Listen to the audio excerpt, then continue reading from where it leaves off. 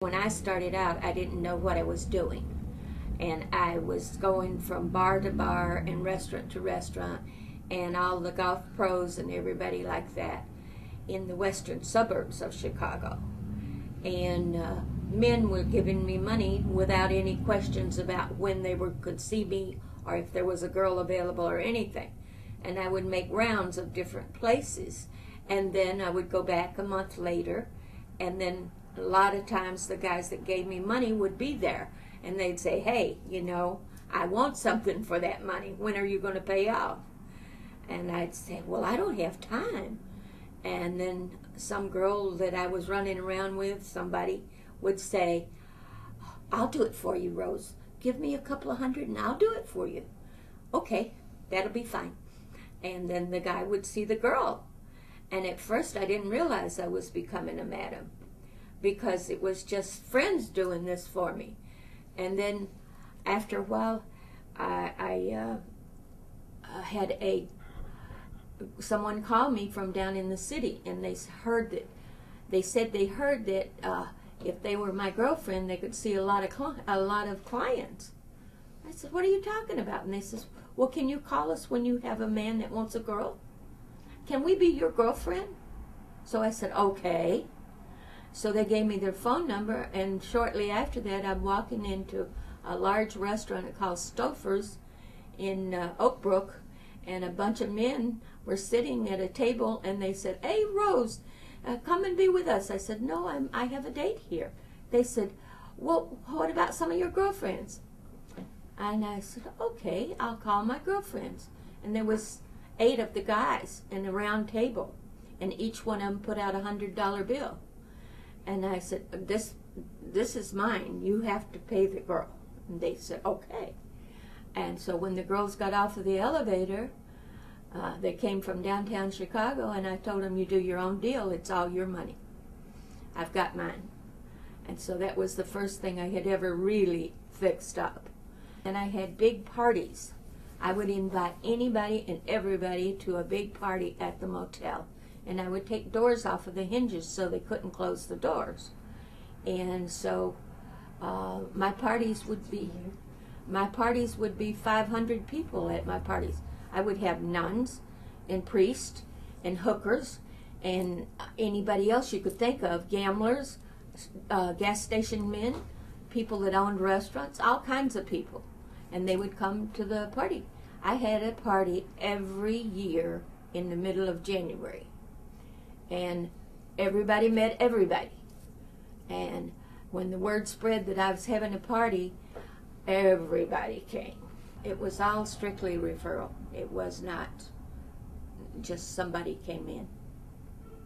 And the one time I went without a referral, I myself did it wrong. I was so exhausted that I wanted to sit down at a bar, and because I had girls working upstairs, and I wanted to sit down at the bar, and the place was really crowded, and I sat down with the wrong guy, and he was real nice, but he was vice, and I gave him my number, which was wrong, and he came after me.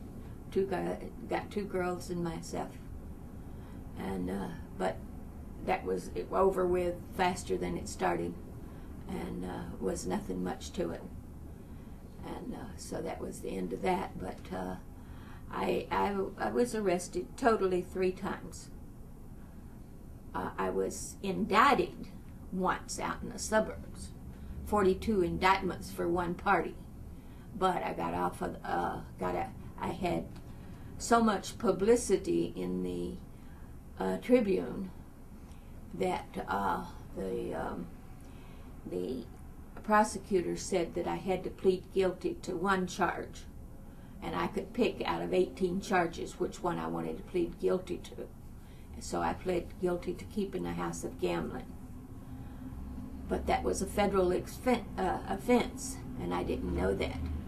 And so years later, when I tried to get a job as selling real estate, I could not have the job because I had a federal offense against me.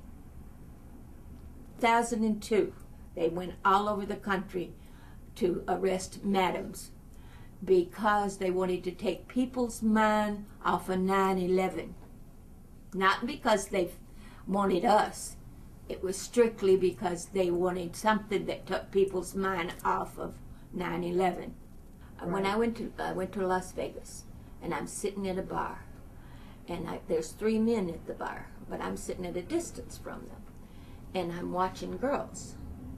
Now, when I'm watching girls, I don't just watch the girl. I look to see if any men are watching the girl. And if the men turn and look at the girl, I turn and look at her. And I look at her through a man's eyes. I see what he's seeing. And then the guys are sitting at the bar, there's 3 of them, and one of them gets up and comes over to me. He says, "We have a bet going about you, and we would like some answers. Do you mind?" I said, "Go ahead." He said, "One of us thinks you're gay. We think you're a lesbian. And the other thinks that you're a businesswoman. And we want to know which one you are." And I said, "Well, I'm a businesswoman. And when I see several men turn and look at one woman, I want to know if that woman will work for me." Girls that work for me, a lot of them were just getting a divorce. And they had children. One girl came to me, and she was losing her home.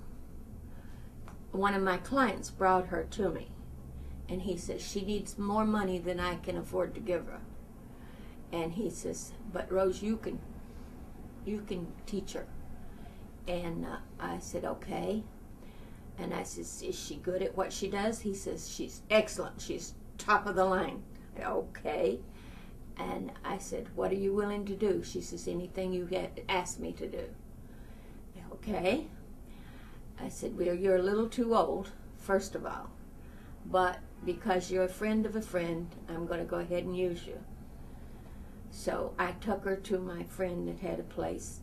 I had no place for her to work at that time, and I took her to, this is when I first started out, and I took her to a friend of mine that had a place in Oak Brook. And so I explained to her, you only work days, you do not work nights, and you do not work weekends. And she was thrilled to death. She took a leave of absence from a major job she had. And so she says, "How long will it take me to pay off my house?" I said, 3 months. She says, 3 months? I said, "Yes." And she said, oh, this is wonderful. Yes, I will do this. And that day, the friend of mine called me. She says, "You've got to come here. You have to come now." And I says, "Is it problems?" She says, "I wouldn't call it problems, but you have to see this." And I went, and I watched that girl in action. That woman, she was early 40s, and I usually wouldn't work anybody that was in their 40s. And she was the best I had seen in the action. She was tremendous in the action. And the next day, I went back to check to see how it was going with the guy. The guy that saw her referred 3 more guys for the next day, and so on and so forth. And she could take them and do them just like that, and they were so happy, they didn't know which end was up. They were so happy. And one time, I said, "Do you ever do this for fun?" She said, "Yeah, it is fun. I think this is what people should think about when they think you're wrong in doing what you do." My son Kenny has multiple sclerosis, and he was in the hospital in University of Chicago for many months. And when they went to release him, they told me, they says, "Now Kenny is a young man, and he's going to need sex. We have surrogate women we can send to him." And there's 10 doctors sitting there. Kenny says, "Mom, I think it's time you tell him what you do." And they all looked at me, and I says, "I'm an agent for call girls." They said, "Really?" "Yes."